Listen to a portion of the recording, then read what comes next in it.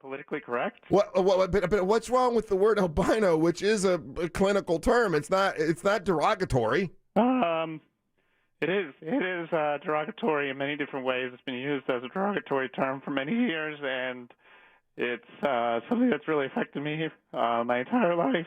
And it's something that is not spoken about in many different times. But it's been thrown at me. Hey, albino boy. Hey, there goes that stupid albino. And I am pigment deficient, which is entirely different. And the proper way of saying it, I'm not trying to cause a big stink about things, but the fact of the matter is, it's, I guess you could say I'm also a sensitive soul. You're a sensitive man. Well, it says here on your dorm that there's like, I guess everybody on your floor is pigment deficient. How many other pigment deficient students are there on your floor? Well, when I first got there, it was only about 7. And then once I started the Facebook group, the pygmy deficiencies. Did you say pygmy? Yeah. See, I actually keep saying pygmy, which I know is not right. I'm sorry. That's okay. That's okay. It's better than albino.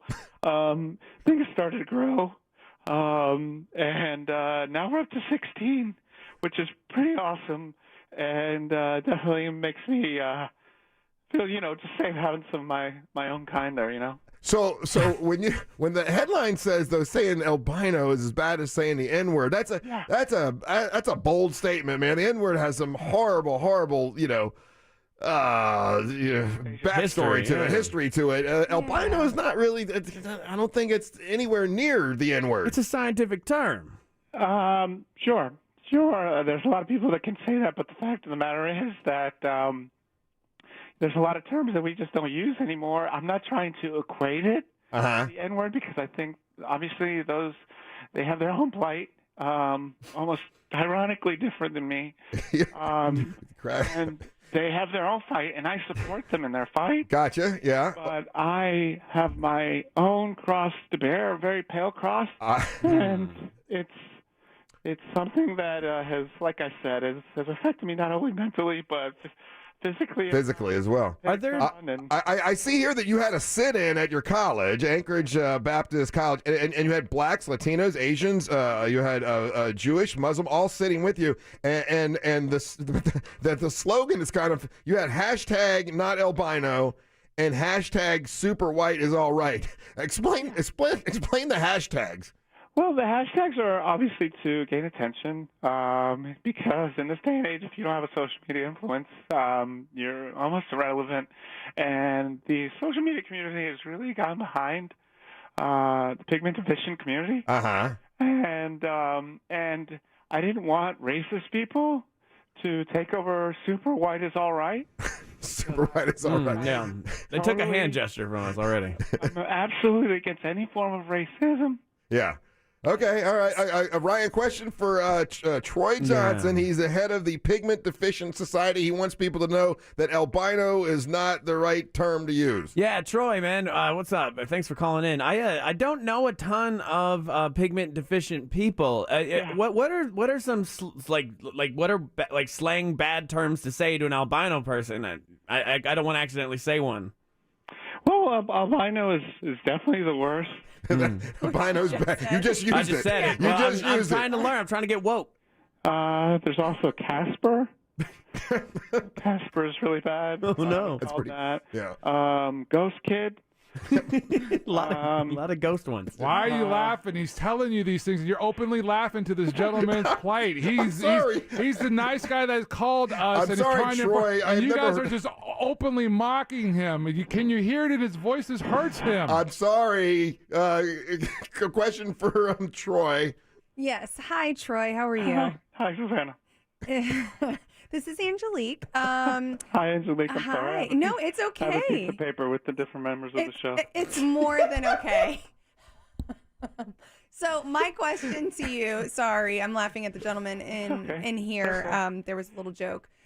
So anyway, I wanted to know exactly what have you been held back from because of your deficiency? Like, do you think your deficiency has caused you to be held back in society, That's a good question. in life? Yes, that's an excellent question. I think the sad thing is that they think that somebody who is pigment deficient also compounding the fact that I get nervous, I have a sensitive soul, and my voice cuts out. They think I'm unhealthy, which is not true. My blood pressure and my cholesterol levels are that of an average man.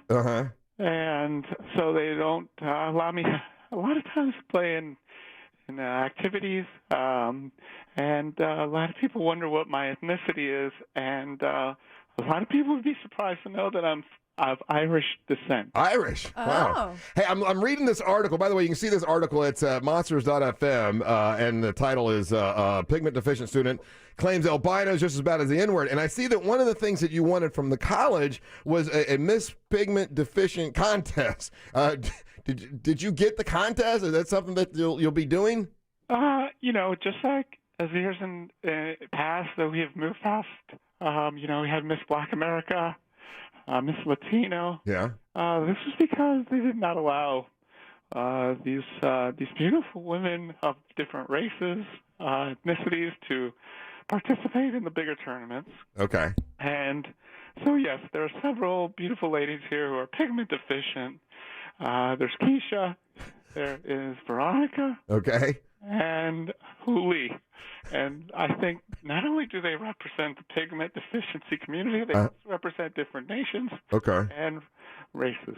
All right. Well, listen, Troy, it's brave of you to come on and talk to us. I will do my best not to use the word albino any longer since I know it hurts you. I appreciate you calling, and I know you got a bunch of other radio stations to call, but thank you for taking time, Troy. I appreciate the platform, and I wish you guys the best, and have a wonderful day. All right. There we go. There's Troy Johnson from the Pigment Deficient Society. When we come back.